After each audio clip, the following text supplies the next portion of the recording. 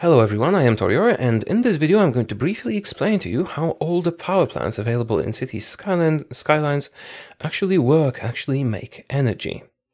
A new DLC was released called Green Cities, which includes some new options, and first I wanted to talk about the features of the new DLC, but I'm not very proficient with this game, as you can probably guess by the sight of this city that I've made. Just, playing around with the game. But what I do know is power engineering. So we're going to browse through all the power plants that are available, including the new types, and I'm going to quickly tell you how they work. I will try to be as basic in that as possible, and if you have a background in thermodynamics, know stuff about power generation, then this will probably be way too simplistic for you. But if you wondered, for example, how a solar power plant like this actually works, then this video might be interesting to you. Okay, let's start with a simple wind power plant, like this. This is actually the most straightforward way of generating energy because how do we generate energy? Well, we generate energy with a generator, which turns kinetic energy of a rotating shaft of the generator into electricity. It's kind of like an electric engine, but working in reverse. And that's as much as we're going to go into it. The important thing is that to generate energy, we basically, apart from photovoltaic effects, we need a rotating movement. Like you can see, this wind turbine is actually spinning, and all the other power plants available will also have spinning parts, which will power generators. So, in terms of this wind turbine, sometimes called incorrectly a windmill because it's not really a mill, but some people call them that because they look similar. We have wind moving through it and thus moving the blades, which is actually pretty straightforward and I think quite understandable to anyone, because if you take like a small fan and blow into it, it'll do the same thing. And the rotary movement is powering the generator, which is generating energy. Now, there are some problems with this type of electricity generation. The most important being that it's very noisy to the inhabitants of a surrounding area, which can sometimes cause problems if there are too many of those. And it can also be dangerous to birds. Okay, let's move on. Advanced wind turbine. Now, I'm not an expert on wind turbines, but let's have a look at this little design here. What does it say about it? Place them in bodies of water in order to save space. Amount of power produced depends on how strong the wind is. On the spot where the turbine is built, must be placed on water, no road connection required. Okay, so as we can see here, this is basically the same thing, but a different geometry of the wind turbine means it can be placed not perpendicular. The wind doesn't have to blow from the front, it can blow from the side. And also here we have some solar panels that also can generate electricity. Now this looks like a photovoltaic panel, in which the photon, the light falling onto them, generates an electrical effect. Again, no need to really get into that too much. This is not the purpose of this video. As you can see, we also have the rotating element here that powers a generator that produces electricity, which can be then transferred by wires to other stuff. Moving on, coal power plant. That is quite straightforward and the simplest, not direct stuff. We burn coal. We use the burning coal to heat up water. And the water that we burn it here, you can see there's the chimney and all that. The water is heated up, it turns into steam, and the pressure of the water increases very much. Sort of like when you're boiling something in a pot on the stove and put a lid on the pot.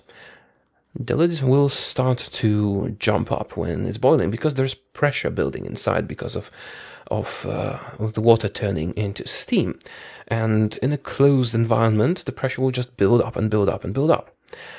Sort of like like the railway engine, the steam engines. So then the superheated steam, which is very, very pressurized, is pumped into, well, not really pumped, released into a turbine.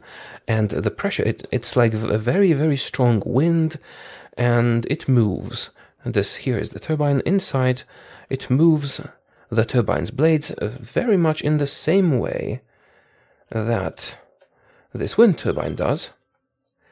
But as it's much hotter and much greater pressure, the turbine that isn't moving like this, but it's moving very, very fast, to the extent that if, for example, the containment broke and the turbine were to, get loose and use the remaining kinetic energy to roll around the place, it would destroy several buildings probably.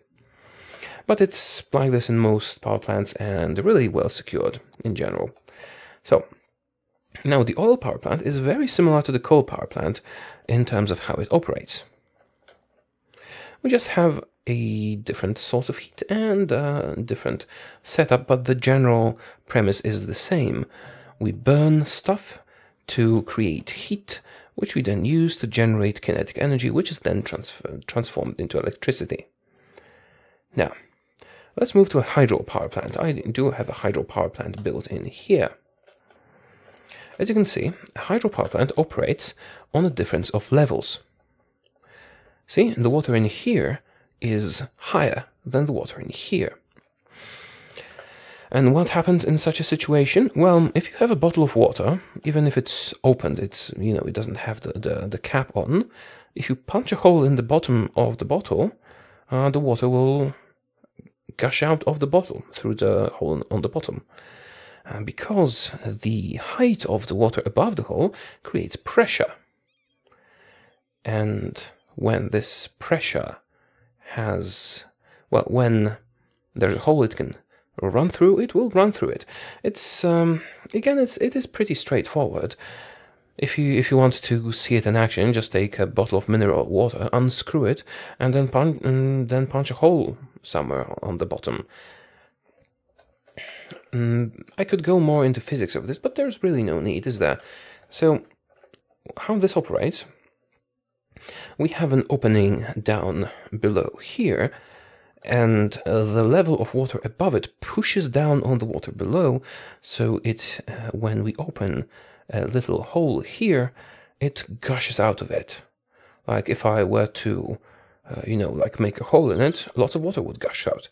And this is the same thing, but it's controlled, and we are using turbines to use the movement of the water to power them, to rotate them, and thus generate electricity in a generator. And this is why the difference of levels is needed. If we didn't have the difference in levels, we could theoretically just place it in a river, but it would be just much less effective. The difference of levels is what makes it effective. Okay, let's move to another one. I think there's an emergency in my city, but let's not pay attention to that. A solar power plant. Okay, these are really viable only in certain parts of the world because you need a lot of sunlight to operate a solar power plant like this. But the general principles of operation are very similar to what we've seen before. Basically, you have tons of mirrors. They are all reflecting sunlight onto the same spot over here.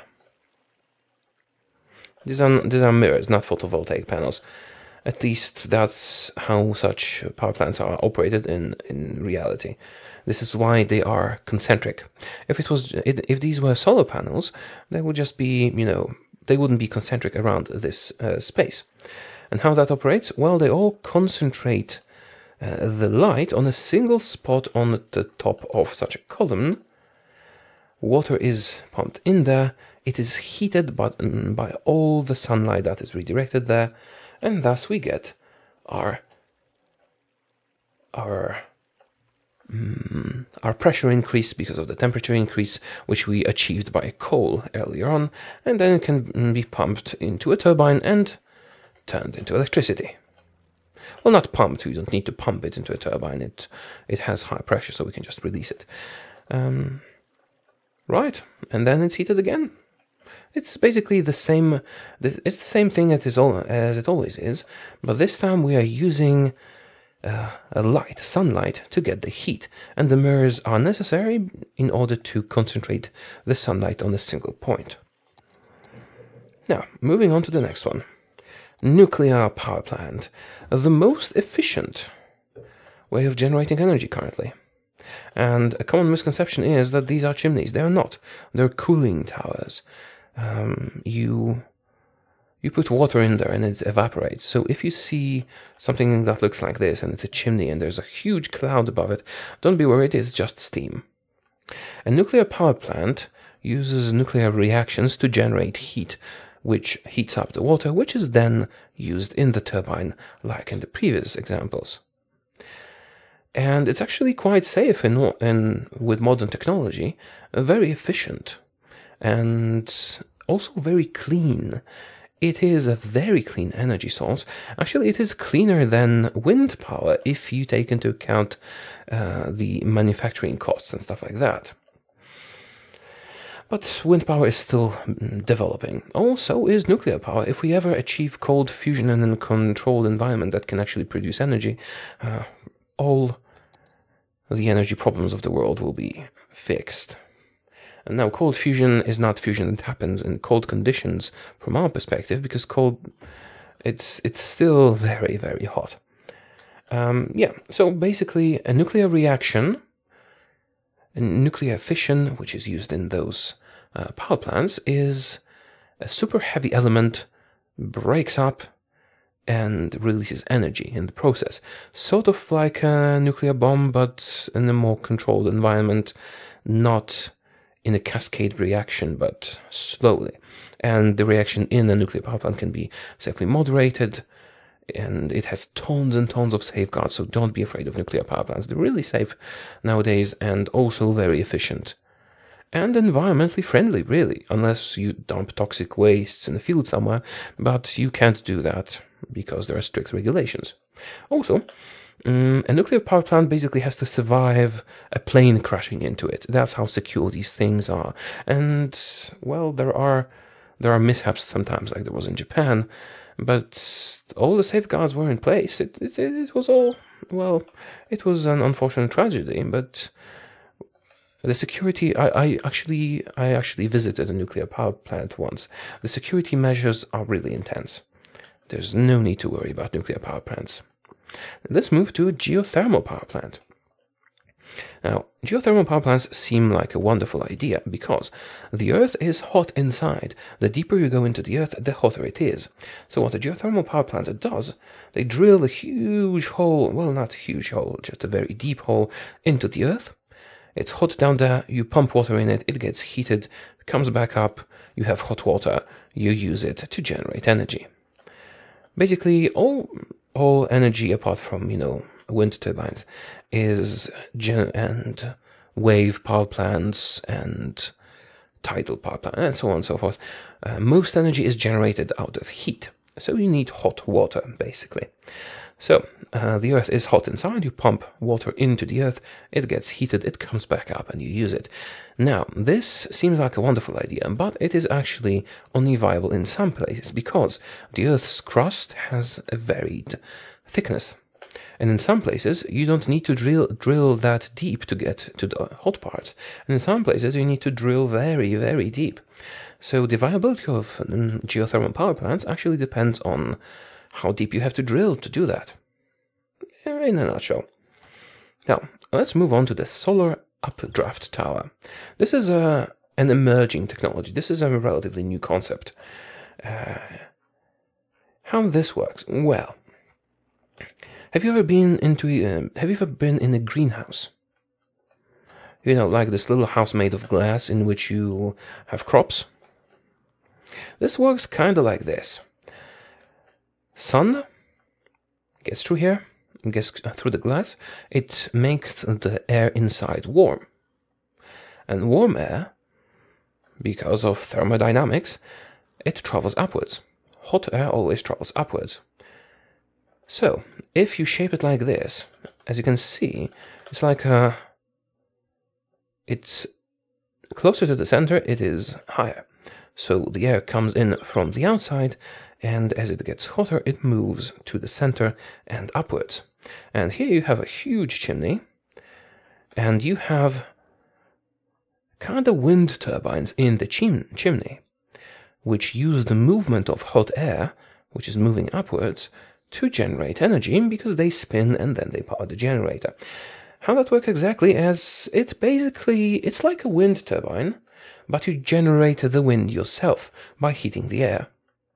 It's like a wind generator.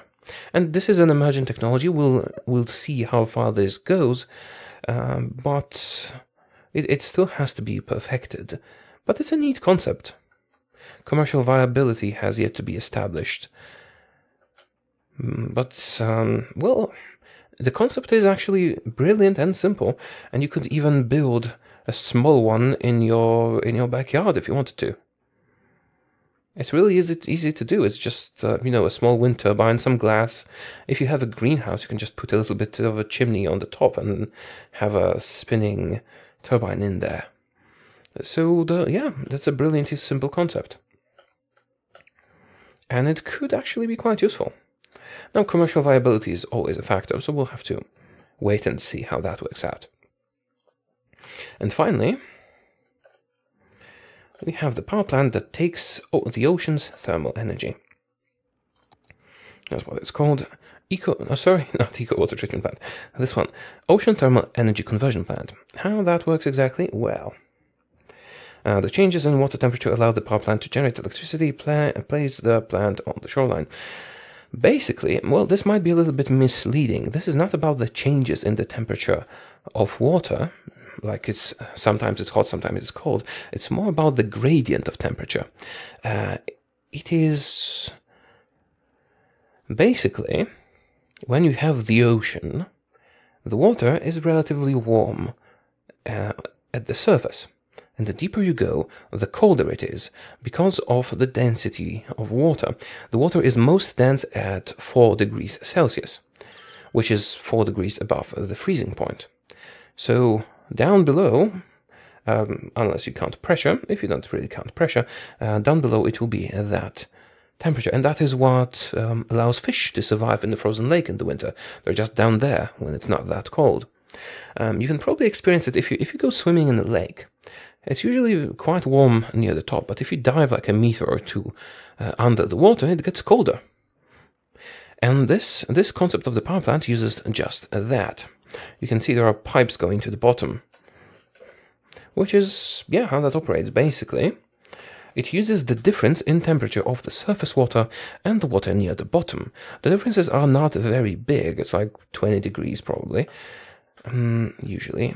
And the bigger the difference, the more efficient it is. So it will be more efficient near the equator. Equator, I think that's called. Yeah, not Ecuador. Yes. So it is operating all heat generation or all heat-powered electricity generation operates on the difference in heat. In temperatures. This is why you need cooling in your power plant, because the difference is important. So here the difference is pretty small, but also you get it almost for free. So it can be beneficial. It works kind of like a geothermal power plant, but the other way around, because it's cold down there and it's warm up here. And you can just use the change in. Okay. Let's not get into too many specifics. You can, for example, use a substance that will boil in lower temperature than water. You can, for example, use ammonia. I think ammonia has those properties, and you can use this as a heat source for your turbine. Basically, the difference in temperatures. This is still also not a well-developed technology yet, and we'll see how far it goes, but theoretically it should be viable. closer to the equator, because the further you go, either north or south, the less viable it becomes. And I think, well, we have covered all the power plants. I hope this was helpful, and I hope I remembered everything and didn't make any stupid mistakes, because that would be quite embarrassing. Anyway, I wish they also included some other power plants. For example, I'm not sure what the English name for that is, because I'm not a native speaker, but for example, you could have a power storage point, like a battery, like you can have batteries theoretically, so that you can generate electricity during the day and then get it back from there at night. But batteries are not the most efficient choice. You could have, for example, a contraption, well, in Polish it's called elektrownia szczytowo-pompowa, which probably doesn't tell you much.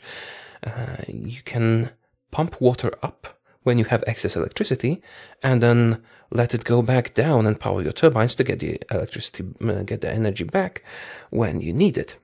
So that's an energy storage option. We could include it theoretically, so that you could have energy safety and energy reserves. What else? Well, we could include. Well, I'm saying we. Well, I'd like to work for Paradox. Maybe that will happen someday, but. Theoretically, we could include tidal power plants, although that might require modeling the tides. A tidal power plant uses the change in water level in the sea between night and day. So that's an option, isn't it? And so on and so forth. There are other options. For example, there's we've seen wind turbines. Here's a wind turbine. I'll remind you what a wind turbine is. This is a wind turbine. There are turbines like this that can be used to get electricity out of sea currents, theoretically. And so on and so forth. There's numerous options, but I'm really happy they're including more power plants, and I'm really happy that City Skylines actually shows nuclear power plant to be a clean energy source, because it is. Nuclear power is clean power. Okay, let me know what you think about this video. Is it just pointless gibberish for you, or did you actually find it interesting? And if I made any stupid mistakes, let me know, because it's been several years since I actually dabbled in the details of various power plants. So I might have forgotten something. Yeah, let me know if you enjoyed it or if you got bored. I'll see you soon. Goodbye.